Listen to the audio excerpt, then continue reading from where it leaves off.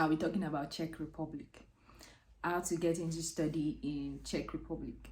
So first of all, I'll start with what motivated this. So, my last video was on how to get to the Netherlands from the UK. And then somebody accused me of they are still in Africa. Why am I making video from UK to Netherlands? I understand, and the video is for specific people in other countries that are planning to move to Europe and the rest. This is the reason why I made that previous video. So it's like I'm not following a specific pattern. I'm just making like chunk of immigration processes and how you can do it by yourself and how it's going to be useful for you. So this is what I'm doing. I'm sorry guys. So today, this is one of the motivation why I'm doing Czech Republic, how you can move from Africa to Czech Republic, and the process and how you are able to do it yourself. I would also put some link in the description of the video. And so basically the second motivation is that I was speaking to a friend, well, not specifically a friend, but somebody who told me who taught me how to go about all this YouTube thing. So she was raising a challenge of how people from Zimbabwe are having issues with getting dates from Polish embassy. And then I spoke to her. I'm like, okay, what will be useful for people in Zimbabwe? Will it be good if I do something from maybe Poland or Czech or Austria and the rest? And she was like, the Czech Republic would be great if they are able to get a date. And we recently also had somebody who came through that means they are using South African embassy. So basically, this is the motivation that makes me want to put Czech Republic first before Austria, because I was thinking, okay, which one first, Austria or Czech or thereabout. But because also for Austria, I'll be discussing something that has to do with expats also. There's a card called red card that expats can use to move from anywhere they want to Austria once they are able to meet the requirements. So because Austria has other bands of how to move, so I decided to do Czech Republic today. So we'll be right back shortly after the break. So basically, Czech Republic language is close to what they speak in Polish. When I was in Prague, these are some of the pictures.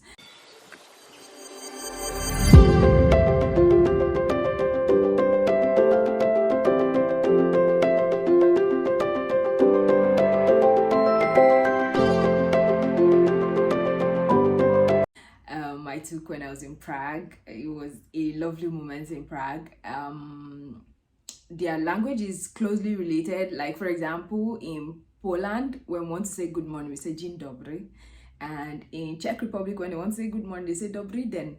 So, and the funniest part is when I went to Prague, I was able to listen to conversation and I was able to understand what people are speaking about. Sorry. It's strange, but then it's very close that I could tell that this is exactly what this person is talking about. For example, they're talking about how the bank did not allow them to do this and that. They're saying it in Czech language, and then I could understand it because Czech language, Polish language, and the language they speak in Slovakia, it's closely related actually. Good for me. So let's dive straight into the process. Now, first thing you want to do about Czech Republic processes is that you want to check something called nostrification. Nostrification is like recognition of previous education. That's what nostrification is about. And then you want to check the university you have in mind. You don't want to jump into any university. Now, nostrification are in two parts. Like there are some nostrification that is country-wide recognized. This take a lot of money.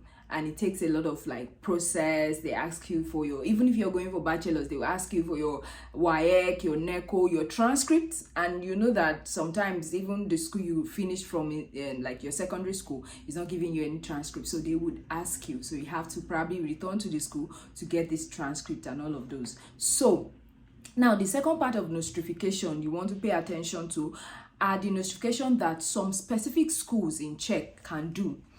And what I mean by specific school is that when you go through this notification process, they do it side by side your admission process. So it's not giving you like extra stress or the rest. So when they do it, one thing about this notification is it costs less, and then it is for that specific school and that specific faculty. So for example, let's say you're going to mechanical engineering, say Brno University of Technology, for example. So it means that this notification, you cannot use it for like Thomas Bata University, because it's just for that school and that faculty. Like you can do other courses, you can apply for other courses within the faculty, but this is where it is recognized. And sometimes it's roughly around like 700 Czech koruna or something like that. Yeah, but basically the region-wide notification is very expensive. I cannot tell the exact price now, because the last time I think it was like 3,000 or 6,000 thereabout is for the region-wide. So if you're planning to apply for different schools that are not under these schools where they recognize notification in their own university, then you have to do the region-wide. That's why you have to be careful when you're picking your university. And some of the universities that you can apply to that do not ask for this region-wide and they do it in their own school, like Academy of Performing Arts in Prague, Brno University of Technology, Czech University of Life Science, Prague, Charles University also. Charles University does it themselves. Masaryk University also, Mendel University in Brno. And by the way, Brno is a little closer to my city in Wrocław. It's like 4 hours thereabout, and also Prague is also close to it. So I'll put the link. Also, Technology University of Ostrava. This is that school is a little expensive, but they also do their own notification by themselves. I'll put a link to the list of the university in the description of this video, so you can check through them and be able to find, you know, the preferred course within this university. My suggestion would be to restrict yourself to some of this university. Well, you can, you know, you might be more specific on the course you want to do and then decide to choose another university outside of this. But, you know, try to read all of the costs and the benefits relating to doing your regional nostrification. So let's go back to, you know, the O step. This is just you know, about notification. Now, when you figure out the school you want to apply to, you can make your application, you know, create your account, upload some of your document, your WAEC, your NECO, and the rest. And sometimes they ask you for your motivation letter, sometimes they don't. Usually for Czech Republic, they ask you to pay for application fee, sometimes 300 Czech koruna. It depends on the school. They ask you to pay, and then once you have paid, they would pull up your admission and start processing it. So now, another thing you should know about Czech Republic is that I know that for every school, like for every university in Europe, you're required to do your legalization, like Ministry of Education legalization, Ministry of Foreign Affairs. If you're planning to travel abroad, you should know this by now on study, that you're supposed to legalize your document. But for Czech, there's something also called super legalization. They do it in Czech embassy. But the good thing is you can get this done, as far as I remember, you can get this done on the day you go to submit your visa application. So you don't have to travel to Abuja back and forth because you needed to do super legalization. And someone else can also do it for you. If you have somebody in Abuja, person can get it done for you and send the document back to wherever you live in Nigeria or in Africa. Yeah, so if somebody does it for you in the South African embassy, the person can send it back to you. I don't know so much about how they pick dates for super legalization in South African embassy, but for Abuja embassy, I know that you can do it alongside with your visa application. Now, there are some schools in Czech Republic that do not require that you pay your school fee immediately until you get to Czech Republic. That's good news. It's exciting news. So some of them don't require you to pay your school fee, but they require that you have it in your account. So by the time you get to Czech Republic, you're able to pay the school fee. Some schools are cheap and some courses are cheap. In the same school, you can have courses that are like 3,000 euros per year. I think that's like almost the maximum for Czech. 3,000, 4,000 is like the maximum per year in Czech that I know of. And for those that are like 4,000, they require that you pay twice or something like that. You pay per semester or something like that. But I know specifically about a course, electronics and telecommunication in Brno University of Technology, where they still accept like 1,000 euros per year. This is not hearsay. This is something that I've processed for somebody, even though the person is not able to secure date yet, like dates for visa application in Abuja Embassy. So there are cheap schools in Czech. Also, you can check out Czech University of Life Science in Prague. I think their school fee is also quite cheap. I'm not sure the range, and I think you can also get scholarship in that school. So you need to read through the requirements, process your application and the rest. And once you're done with your application, you have your admission letter. You should tell your school to nominate you for dates. They call it student nomination or something like that, where your admission officer is nominating you to the Abuja Embassy. While they are nominating you, every 15th of the month, you're also trying to get dates. You're sending all the requirements, attaching your passport and your admission letter so that they can get you date.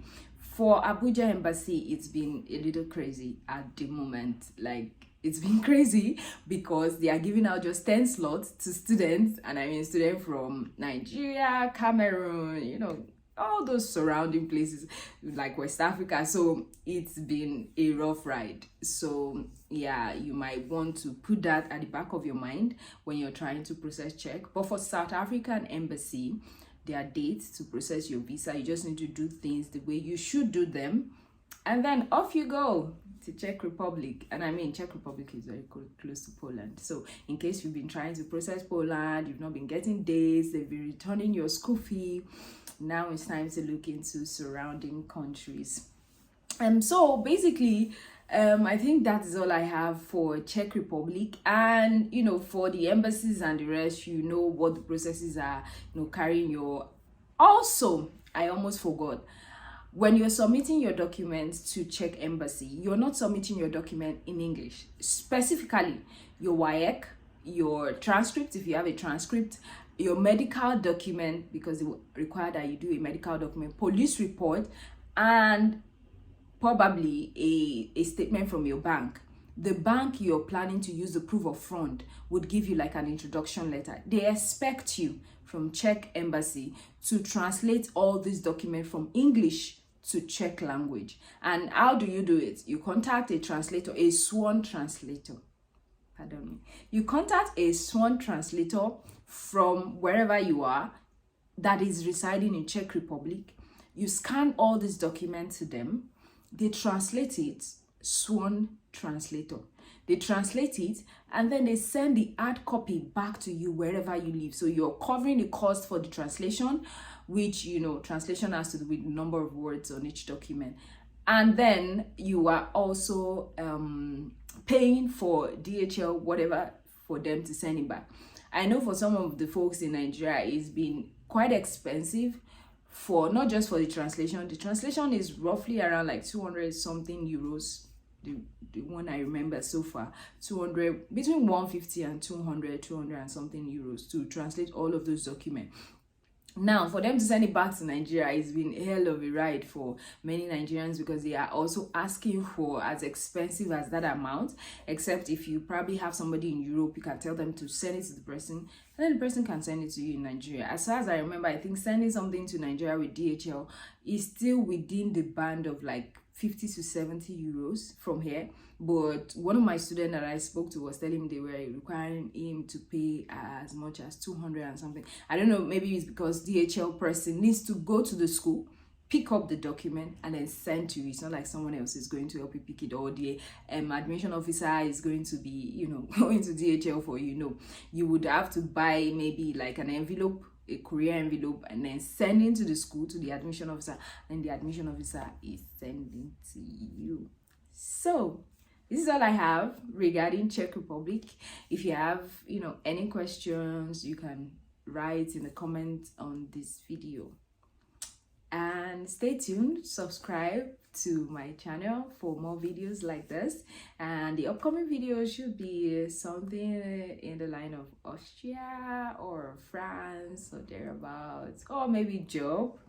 But now I think I'm free from people who are saying you're not making video for people in Nigeria. and the rest. So say stay tuned, subscribe, click on the notification button for more videos.